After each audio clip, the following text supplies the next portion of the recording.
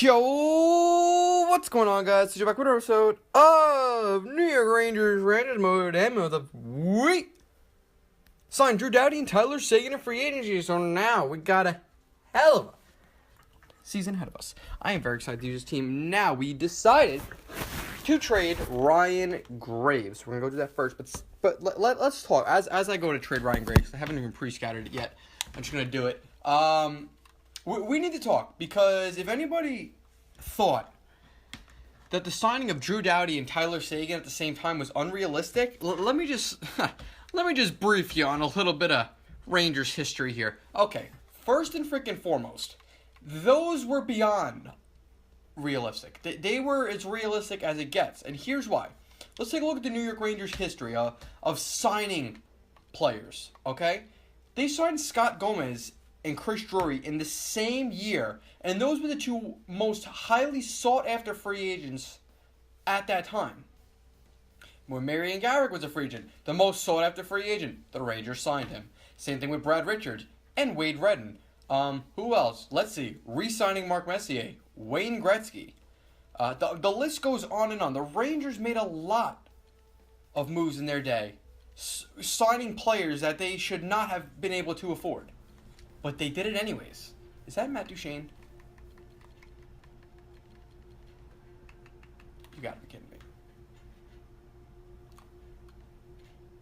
Damn. But yes, the Rangers have hit Kevin Shattenkirk. The most sought-after free agent this year was Kevin Shattenkirk, and the Rangers signed him. The Rangers have a history of pulling things off like this. It's just what's in the Rangers red, white, and blue. It just happens. You know what it really is? What it really comes down to is the fact that when you're in a New York market, and I know I've noticed this as I've gotten older, per se. When you're in a New York market, there is a demand, especially when you're a team like the Rangers, the Giants, or the Yankees. There is a demand that you are good every single freaking year. And if you're not, oh my God, I would not want to be on a New York sports team that is not performing. You are under a microscope the entire year. No one is spared blame. Nobody. The Rangers are always, and the Giants and the Yankees are always out there getting whomever and whatever they can get their hands on. The New York Giants signing Olivier Vernon, like Damon Harrison, they signed all those guys that one year, just went completely off. Signed all those players because they needed to compete. People were getting restless. Giants fans were getting restless, including myself, getting absolutely restless watching their team not be able to compete, and it's frustrating. So as a New York fan, there's almost like a demand for your team to do these things. And not for nothing, our team literally just got swept in the first round of the playoffs. So I'd imagine if that happened in real life, there would be one hell of a demand for something to give. I would be personally pissed. Really? How's that not go through? I would be freaking pissed, to say the very least, if that happened to New York Rangers. I was pissed off when they lost in 5 games to the freaking Penguins. I wigged out. So there's always that demand from New York teams to do that. So I don't think that signing is unrealistic by any stretch of the imagination. I think it's quite realistic, especially considering the market that we're in. Now, the Toronto Maple Leafs are the same way, or the Montreal Canadiens. There's a demand for those teams to do good. There's just what you need to be good. And even the Vancouver Canucks, we use the Vancouver Canucks as another example. The reason the Canucks really haven't gone into a super rebuild yet is because management will not let their general managers do that. They want to compete year after year, and that's part of what it is being in the market that they are in, where Vancouver's a big hockey town. You know, you're in Canada. You need to win, and that's what it comes down to. So yeah, I think it's very realistic that we went after and signed both these players, and for the amount of money that we did. I mean, we only gave Seguin a 1 year, where Drew Doughty, man, we hooked him up for 6 years, $8.5 million a year. So I mean, we hooked him up fat, and it's gonna be actually looking at this now. It's gonna be an expensive off season for us. I would think. Yeah, we got excuse me, we got a bunch of guys to re-sign, but I also see a lot of guys that we could ship out and replace. Like Foster's not going to want the same amount of money. If VC has another down year, we could trade VC. You know, there's a lot of things that can happen. I love this third line, by the way. I don't know if I mentioned that, but I love this third line. So yeah, those moves are realistic. There's nothing really to discuss about it. And you know what? Screw it. Just maybe at the trade deadline, I'm going to go after Alex Pietrangelo. Who knows? Who knows? The Rangers have a knack for doing that. Marty St. Louis, Eric Staal, Keith Yandle. Dare I mention any more ridiculous trades they've made in their history? So, if you want to comment down below, I can go into that more deeply and talk about more free agents or trades the Rangers made for acquiring elite talent. But right now, since I'm just talking on the run, I didn't take any notes to base this off. I'm just spewing things out and justifying the signings that we made. So if you want to have a deeper conversation about it, whether it be on a debatable scale where we can debate about it, talk and debate, or you want to talk about it in relation as a Ranger fan, like reminiscing on those signings or trades the Rangers made and how you felt or where you were. Do you remember it? Were you excited or whatnot? We could always. That's something I like doing. I love reminiscing. I'll never forget. How are we only 3-3? I'll never forget when the Rangers acquired Marty St. Louis. I was sitting in a social studies class, and in high school, at least my school, we were not allowed to be on our phones. But this one kid was on his phone because he knew how to get away with it, and he was kind of in the teacher's pocket for some reason. He would just never get in trouble. And he was just calling out the trades that were happening at the deadline. He didn't know anything about hockey, so he was just spewing out trades for those of us that did like hockey. And then he said the Rangers got Martin St. Louis, and no one else except for me and a few others knew what he was talking about. But he says, yeah, the Rangers got Martin St. Louis for Ryan Callahan and 2 first-round picks, or first and a second, whatever it was. And I was sitting there all excited. I didn't want to react in the middle of class, especially I don't want to piss off my teacher, who was a grump. But that was exciting. That was my Marty St. Louis trade story. And then the second I got home, I went on Twitter. I was looking at all the trades. I saw Marty St. Louis' jersey in the NHL store already. They already printed it out. I ended up getting his jersey that summer. That was exciting. The Marty St. Louis trade, of course. You had the great playoff runs. Yeah. Keith Yandle trade. Where was I in the Keith Yandle trade? Keith Yandle trade. I was in Mark Mathon for Kyle Shalin. No. The Keith Yandle trade, I think I was in my living room. I think I was just in my living room. Yeah, that's right. It was, we had gone to the Rangers-Coyotes game a couple days prior.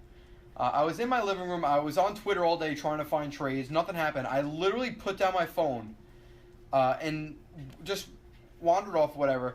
I went back about a half hour later to my phone, and turns out a minute after I put my phone down, the Rangers and Coyotes Keith Yandle trade was announced, but I had no idea because I was off doing something else. I figured this is going to be boring, no trades going to be made. And then lo and behold, the Rangers acquired Keith Yandle. They did all that. And yeah, that was that was pretty funny too. Let's see. The Eric Staal trade, I was in Party City with my mom and brother, I'm pretty sure. Yes, I was in Party City. Remember going over the trade, my 2 second-round picks and Alexi Sorella, we got freaking gypped. And we ended up getting gypped after all. That's a lot for a guy that only put up like 4 points with us. And then again, he was misused. I think Vigneault did a very, very bad job of using Eric Staal. I think that Alain Vigneault having Eric Staal in a third-line role both pissed off Eric Staal, and it wasn't good for him. He wasn't in a position to succeed. Now, if you would have had Eric Staal as our second-line center or even first-line center, where he would have been better suited and, reasonably so. I mean, he was that good. You just throw Nash and Hayes on his wings, so like a bunch of guys that could just grind it out. But he had other ideas for Eric Staal, and that other idea was the third and fourth line, which just pissed me off. What else? The Rick Nash trade. Oh my God, how can I forget the Rick Nash trade? This is before I even had a Twitter account. I was in the bathroom and scrolling through my Facebook feed, and I came across it, and I was just screaming, and my dad was getting worried that something happened. That was a funny story. The Nash one, I'll never forget that. I think it was what's this? No. The way I found out was I was just scrolling to Twitter and I just saw a picture of a Rick Nash jersey. It was SNY, I believe, that broke it. I don't know if they're the first ones to break it, but they broke it. I just saw them. They posted a picture of a Rick Nash Ranger jersey. I thought it was a joke until I clicked on it and said the New York Rangers have acquired Captain Rick Nash from the Columbus Blue Jackets. I'm like, no fucking way! Oh my god, I wigged out. It was so exciting. It was a time like we had just lost in the conference finals to the Devils in what was supposedly a close series when I remember. And everyone was saying the Rangers we need one more piece, and that one more piece was either Shea Weber, Rick Nash, Zach Parise, Ryan Suter, or Bobby Ryan. It was just one of those guys. It had to be one of them, and after we lost out on the Zach Parise and Ryan Suter sweepstakes, the Rangers trade for Rick Nash. And also, many people do not know this, but the Philadelphia Flyers signing Shea Weber, or giving him that the contract offer before the Nashville Predators matched it, was a result, most believe was a result of them making sure the Rangers didn't get Shea Weber, because the Rangers and Predators were in very deep talks of making a trade to get Shea Weber to the Rangers, and also the Rangers were contemplating an offer sheet for Shea Weber as well. So the Flyers did that kind of, one, to upgrade the deal because Shea Weber's an absolute tank. So, I mean, they're getting Shea Weber out of it. But two was also keep the Rangers from getting any better that offseason. Because that would have been crazy. The Rangers gotten Parise and Suter or whatever, Nash and freaking Weber. It would have just been a different NHL. Anyways, enough small talk. Enough talking about my dumbass. 48-11-4, your New York Rangers at the trading deadline. If we're not first in the division, I don't know where we are. What I am going to do is put in a save, because I turned off auto-saving because I was just sick of it. I couldn't micromanage or anything with auto-save on. Like I like to go in, make a couple trades before a draft, like go into the proposed trade screen before I enter a draft, move some things around, see what works. Then I exit without saving, then I go back into it, make those trades, but instead of making trades before the draft, I enter the draft to make the trades. I wasn't able to do that on this, so I had to load up it was just a whole thing. Anyways. I baffle a lot. Sometimes I just talk and I just can't stop running my mouth. Anyways, let us see. All right, we got 100 points. Are we first in the NHL? We are first. Wow, top 3 teams in the NHL are in our division. 4 of the top 6. That's quite impressive. Yeah, we're first in the NHL by 17 points. We are going off. Goals for, numero uno. Goals against, numero uno. Power play percentage, we're up there. Penalty kill percentage, we are... Alright, we're up there. Wow, it's amazing how only 2 signings can make an entire difference on your team. Let's see, Tyler Seguin, point per game player, 63 points in 63 games, including 35 Genos. The guy's a beast. Guy's just beast. Get out of his way. Mika Zibanejad's having a great season as well. 53 points might actually be his career high. I don't think he's... No, he had 62 last year. Never mind. I'm wrong. Ugh, good. Yes, he's pretty good. Drew Doughty's got 51 points. Beautiful. Miller's got 20 goals. Good. Zuccarello, good. Buchnevich finally scored 20 goals. Holy shit. Finally, he's breaking out, man. Jeez Louise. That a boy. Brady Skajiza, 40 points. UEVC's got 38, 17 Genos. Shaddy's got 37. McDonough's got 36. Everyone that I want scoring is scoring, so that is important to me. Nieve's got 22 points up there. Still says a depth forward. I don't think he's ever going to grow into the 4th line role, but you know what? I'll take it as it is. Elias Anderson is still a 3rd line scorer, high top 6 potential. Not really growing too much, but he's not putting up awful numbers, I suppose. Robin Kovacs got 17 goals, has not grown at all. Plus 3A is doing well. Neil Pionk's got 18 points. He seems to see some growing. Klim Kostin's listed as a 2nd liner now. He's grown very well. Foss doing right on that 4th line. Tom Pyatt's rocking. Sean Day plus 21. 82 overall. He's a top 4 defenseman now. He may very well grow into exactly what we want him to be. We're going to have to make a decision on him, Doughty, McDonough, Shea, and Shattenkirk. There's something to be said about moving him into the top 4. Anyways, goalie tenders, how we doing over here? Igor Shesterkin, we're stunting his growth by having him be a backup. But then again, he's played 24 games. He is playing. Let the king play. as a starter. All skaters. Let's go to the entirety of the NHL. So, yeah, we match up against the rest of the league. Nikita Kucherov is going absolutely off, as is Patty Kane. Okay, so everybody's going off. Apparently. Good for him. Where are we at, though? T-Sigs. Where he's sitting. Number 2 in the NHL in goals for. I mean, we're doing it. Wow, Joshua Norris. Damn. Fun. Yeah, I mean,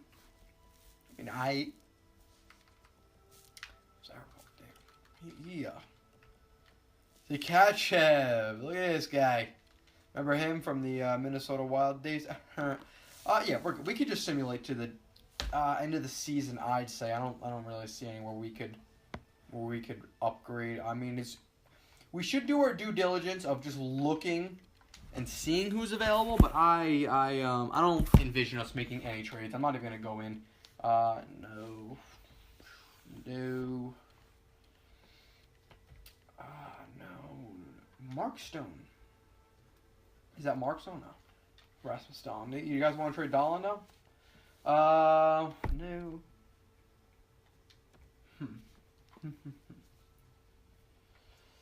Oh, this is very interesting. Does Jeff Carter have 1 year left? If he had 1 year left, I'd take him and just throw him on the third line. I'd probably move Elias Anderson. I'd probably move Kovacs to the fourth line. He's listed as a fourth liner.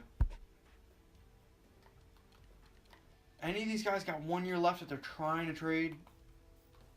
That's actually, I just thought about that now. That's actually a great idea. If we could acquire someone for the third line, because I could move somebody onto the fourth line. Is that Jason Spezza? That would be amazing if he found his way back onto the, That is awesome. I love that happened. He found his way back onto the Senators. Anybody got 1 year left? I'd be interested. But only if they have 1 year left. Yeah, no. No, y'all are... Patty Marleau. I love how players play longer, and it makes so much more sense. They shouldn't be retiring as young as they used to. Brian Little, Perreault, and Baffangulian. Let's take a look at Baffangulian. Top 4. Yeah, no, he's got more than 1 year left, so no. It's a pass. And then just one last look through.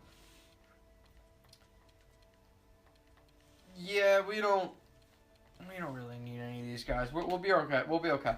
We can send past the deadline. If there was someone that really stood out amongst everybody else that I could just insert onto that third line, I would have obviously gone after him.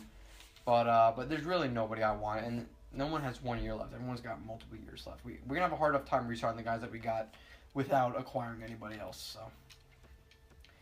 we can just go ahead. Besides, although the theme that there's always room for improvement contradicts this, if it isn't broke, don't fix it. You know, if the pipe's not leaking, you don't gotta fix it. So we're good. We are good. I am confident in the team that we have to take us to glory. And glory being Lord Stanley. A Stanley Cup final. That would actually be dapper if we could win the Stanley Cup. We have yet to meet the Stanley Cup finals in this franchise mode. Although I think we can. My goal in this entire franchise mode is just to get Lundqvist a cup. That is it. If I get Lundqvist a cup, I can end this franchise mode happy. 64, 13, and frickin' 5. Yes, and apparently Hartford didn't make the playoffs, so they were 500. Damn! That is a 133-point season. And all it took was acquiring Sagan and Doughty. Let's put in a save. Let's take a look at our stats for the season. And see how we did. Look over here. I'm going to put in a save. Yes, over at current file, I am sure. Okay, let's take a look at the... Alright, I guess we gotta go to this screen. Okay. How do we... I'd imagine we won the President's Trophy, unless somebody just went off. Yep, we won the President's Trophy by a lot. We had 15 more wins by the team in second place. Okay. Goals for. number 1. Goals against, number 1. Power play. We managed to get number 1. Nice. Penalty kill. All right, number 5. All right. Shorties. We probably have a bunch. I really don't care. Okay. Seems like Tyler Seguin led the team. Put up 44 goals, 83 points. Zibanejad had 71 points as a career year. I know that for a fact. Drew Doughty put up 70 points. Jesus Christ. That's a career year for Drew Doughty. Let's see, what else? Zuccarello put up 64. Is that a career year for Zook? I think so. Yep, career year for Zuccarello. JT Miller put up 28 goals. Shea had 54 points. VC had 50 points, including 23 goals. Buchnevich put up 27 goals and 49 points. All right, yeah, that's good. I like the goal count. 45 points for Shaddy, 45 for McDonough, 29 for Elias Anderson. Went up in overall, nice. Good for Nieves. 20 goals out of Robin Kovacs. That is excellent. We had 1, 2, 3, 4. We had 5 people with 20 goals or more. Clint Costa put up 13 goals and 25 points. Fossil 20, Pianco 20, Pineapple, good. Sean Day is doing beastly. He's developing perfectly. Goalie tenders. Shesterkin went 22, 4, and 2. Lundqvist went 42, 9, and 3. That is what I'm talking about. Let's go. I'll go here, and we'll go up here. Let's take a look at the rest of the league, so everyone else finished. Okay, entire league. Yep. Kucherov had freaking 104 points. Stammer had 50 goals. Okay, all right. It appears Sagan actually dropped off a little bit in terms of the goal scoring race, but let's see where he actually finished. Actually, I mean, he still finished tied number 5, which isn't bad. Not bad at all. Yeah, that's pretty good. All right, let's take a look at the playoff tree, and then we're going to call it a video. Playoff tree. All right, the Colorado Avalanche versus St. Louis Blues, Nashville, Chicago. Hope Chicago doesn't get swept. Arizona Coyotes versus San Jose Sharks, Ducks Wild, Flyers Penguins, the Battle of Pennsylvania, your New York Rangers versus the Carolina Hurricanes, Florida Panthers versus Buffalo Sabres, the Tampa Bay Lightning versus the New York Islanders. So, thank you everybody for watching this video. And if you haven't said you do not need hearing aids, I will see you all in the next one. Peace!